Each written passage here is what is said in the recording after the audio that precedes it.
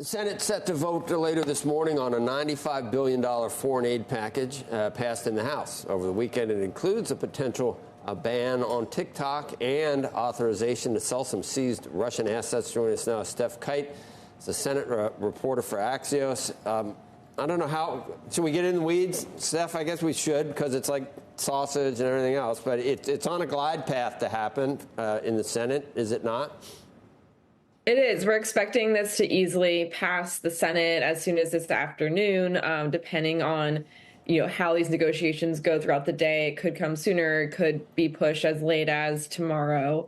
But there is, wide support for this package among Democrats. And the question here is going to be how many Republicans end up getting behind this final version of this package. The Senate passed a very similar foreign aid bill back in February, but not even a majority of the Republican conference in the Senate was able to back that bill. Many of them pointed to the fact that the package did not include any border security measures. And of course, there are still no border security measures in this package. But we know that at least Senator Lindsey Graham does plan to vote for this package today. I spoke to him, and he was, pretty clear that he felt that this package was much better than the first one. And so we're looking to see whether there will be additional Republicans who kind of changed their tune from the last version of this package to the one we have in front of us today that's already passed the House.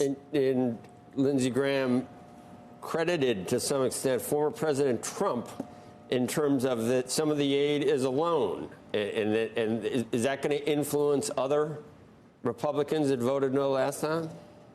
It may influence additional Republicans. Of course, it's at least a very good excuse. They can say that this is one reason why it's different from the last time around. And, it was a reason why Graham voted against the initial version of the package. Then former President Trump had come out saying that the money for Ukraine should be structured as a loan. It was something that Graham said was a good idea at the time, which then led to him voting against that first package, which was going to be dead on arrival in the House. And so now they have made some changes. They're also planning to sell Russian assets to help kind of pay for some of the aid for Ukraine as well. And so there are a few measures that have changed from that first version of the package, which may encourage Republicans to go ahead and get behind this. Also, the fact that this is already through the House, where that was an open question the last time around, that's also going to encourage people to go ahead and vote for this package. Right. But so there could still be a filibuster or something, and it would,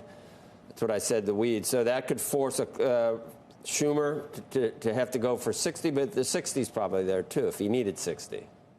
Yeah, look, it's likely that he would have 60 votes, especially because we're expecting, most Democrats to vote for this. And the Senate did pass even the last version of their foreign aid package with enough Republicans to allow it to sail through and get sent to the House. So it's highly unlikely that they wouldn't have the votes to pass it today. Even if they don't get a majority of Republicans, there is strong enough support among Democrats to push this through that this is certain to pass whenever it is brought to the floor. Wow. Really it's going to happen finally.